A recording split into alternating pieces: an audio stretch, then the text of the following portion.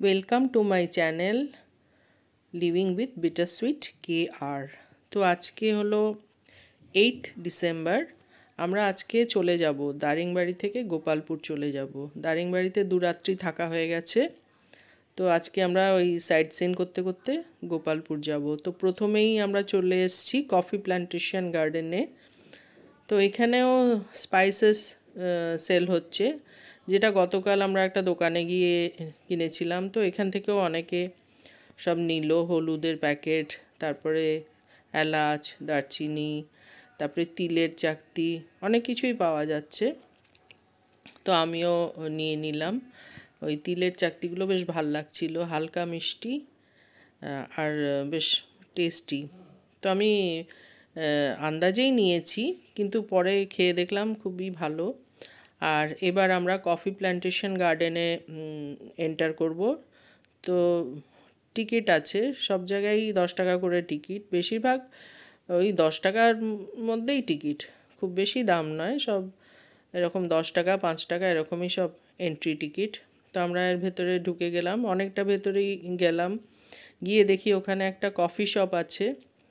Coffee শপে coffee খেলাম, চাও পাওয়া যাচ্ছে, চা কফি, তাছাড়া বিস্কিট আছে, হ্যাপিডেন্ট আছে, হাজমোলা, তারপরে প্যাড়া, লাড্ডু, সোনপাপড়ি, এরকম ছোট ছোট অনেক জিনিসই আছে। আর নানা রকম লজেন্সও আছে, নানা রকম ক্যান্ডিজ।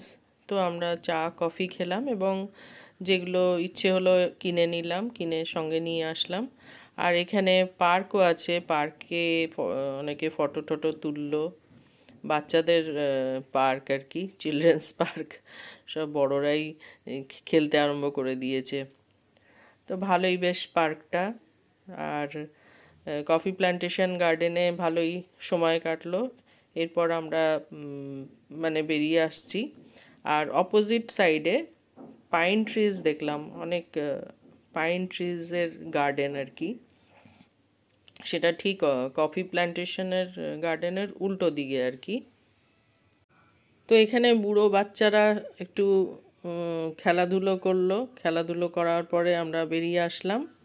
আর এই পাইন ট্রিজের গার্ডেন, এটাও বেশ দেখার একটা জিনিস। এরপরে আমরা চলে যাব ঝর্ণা দেখতে, এক জায়গায় যাব ঝর্ণা দেখতে। সেই অনেকগুলো সিঁড়ি নেমে ঝর্ণাটা দেখতে হবে। সব জায়গায় তাই, মানে কিছু কষ্ট করে তারপরে কেষ্ট মেলে আর কি। তো সেই জন্য সকলে আর ওই সিঁড়ি বেয়ে নামলাম না, 2-1জন নামলো, আমরা আর নামলাম না। আমি এই ভিডিওটা তুলে নিলাম, একটা ছেলে একটা বাচ্চা কুকুরকে খাওয়াচ্ছে বিস্কুট কিনে। তো আমার এটা ভালো লাগলো, কারণ অ্যানিম্যাল লাভার খুব কম দেখা যায় রাস্তাঘাটে। সবাই তো ওদের তাড়ায়, ওদের খেতে তো কেউ দিতেই চায় না, উল্টে ওদের ঢিল মারে মারে লাঠি মারে। তো এটা আমার ভালো লাগলো, আমি ভিডিও করে নিলাম।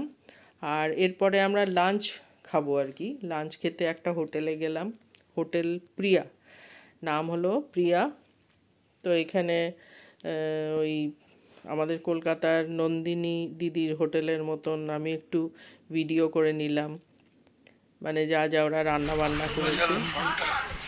আর এখানে আমরা একটু ফটো তুলে নিলাম। আর অনেক রকমই খাবার দেখলাম, অনেক নানা রকম সবজি, ডাল, মাছ, ডিম, মাটন, চিকেন সব কিছুই আছে। তো আমরা ফিশ মিল নিলাম, ফিশ মিল 100 রুপিস করে। তো আমরা ফিশ মিল নিয়ে নিলাম। এই যে সব নন্দিনীদির হোটেল কলকাতার তো অনেক নাম করেছে, তো সেই জন্য এদের হোটেলেরও আমি একটু ভিডিও করে নিলাম। কি কি আছে, ভাজা ঠাজা আছে, ডাল আছে, সবজি আছে, বাঁধাকপি আছে। আর আমরাও দুজনে যে যার পছন্দ মতন থালি নিয়ে নিলাম। আমরা ফিশ থালি নিলাম, আমি আর আমার হাজব্যান্ড। আর অনেকে চিকেন থালি নিয়েছে। তো এখানে খাওয়া দাওয়া সেরে তারপরে আমরা জিরাং মনেস্টারিতে গেলাম, বুদ্ধদেবের। তো এইসব মনেস্টারি মানে খুব ভালো লাগে আর কি। এইসব জায়গায় একটা সাইলেন্স মেনটেন হয়, মানে চেঁচামেচি এগুলো সব থাকে না আর কি, খুব সাইলেন্ট থাকে। আর এখানেও এন্ট্রি ফি আছে অল্প। তো সব জায়গায় এরকম 5 টাকা 10 টাকা এরকম এন্ট্রি ফি। আর মানে বেশ ভালো লাগলো দেখতে। মনাস্ট্রিটা খুবই সুন্দর। বুদ্ধদেবের মনাস্ট্রি তো যেখানেই যাবেন সেখানেই বেশ সুন্দরই, বেশ ভালোই লাগে দেখতে। বুদ্ধদেবের সব জায়গায়ই আছে, দার্জিলিংয়েও আছে। তো আমরা এখানে বেশ খানিকক্ষণ টাইম কাটালাম এই জিরাং মনাস্ট্রিতে।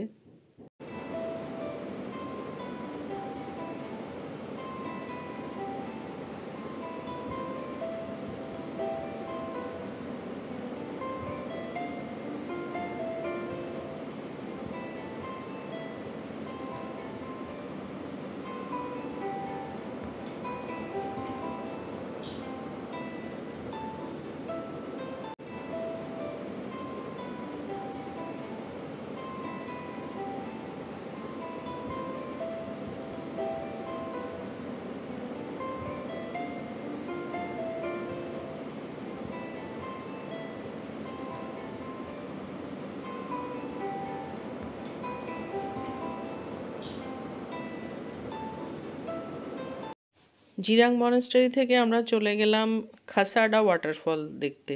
তো এই একটা ওয়াটারফলই আমাদের কোনো কষ্ট করতে হলো না, আমরা হেঁটেই দেখতে পারলাম। বেশ সুন্দর ওয়াটারফলটা, আপনারাও দেখলে বুঝতে পারবেন। এখানে আমাদের সবাই মানে ম্যাক্সিমাম মেম্বাররা খুশি হয়ে গেল, মানে কোনো কষ্ট করতে হলো না, আমরা এই একটা এত সুন্দর ওয়াটারফল দেখতে পারলাম।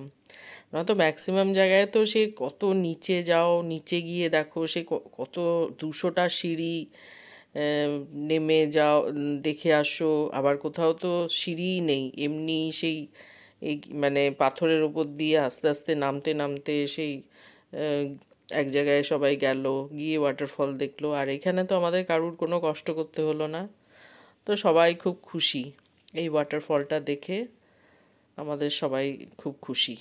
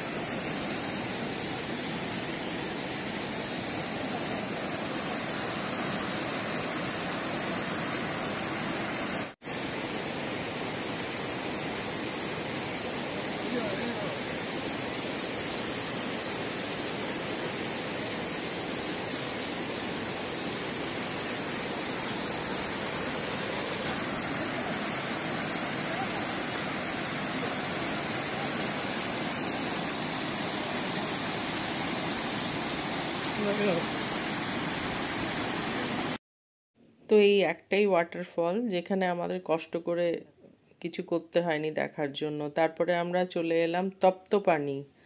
এখানে একটা মন্দির আছে, আর মন্দিরের পাশে একটা কুণ্ড আছে যেখানকার জলটা উষ্ণ গরম হয়। তো এই যে কুণ্ডটা দেখাচ্ছি, এখানে পুজো টুজো দেয়।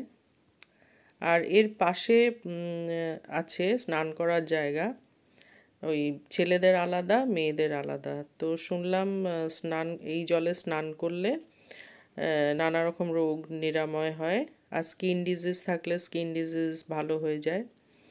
আর এটাই আমাদের লাস্ট স্পট আজকে। এরপরে আমরা গোপালপুর চলে যাব, ওখানে আমাদের হোটেল বুক করা আছে, তো সেখানে আজ রাতটা থাকবো।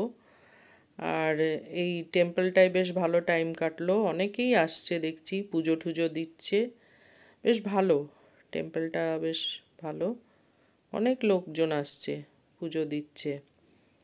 তো আমাদের এখানে বেশ ভালোই টাইম কাটলো, কিন্তু অনেক দেরি হয়ে গেছে আমাদের, গোপালপুর পৌঁছতে পৌঁছতে রাত হয়ে যাবে। আজকে আর সি বিচে যেতে পারবো না, তো আজকে আর মানে সোজা হোটেলেই ঢুকে যেতে হবে। আর এই যে আমরা গোপালপুর রে পৌঁছে গেছি, হোটেলে পৌঁছে গেছি। আমাদের হোটেলের নাম হলো আদিত্য ইন।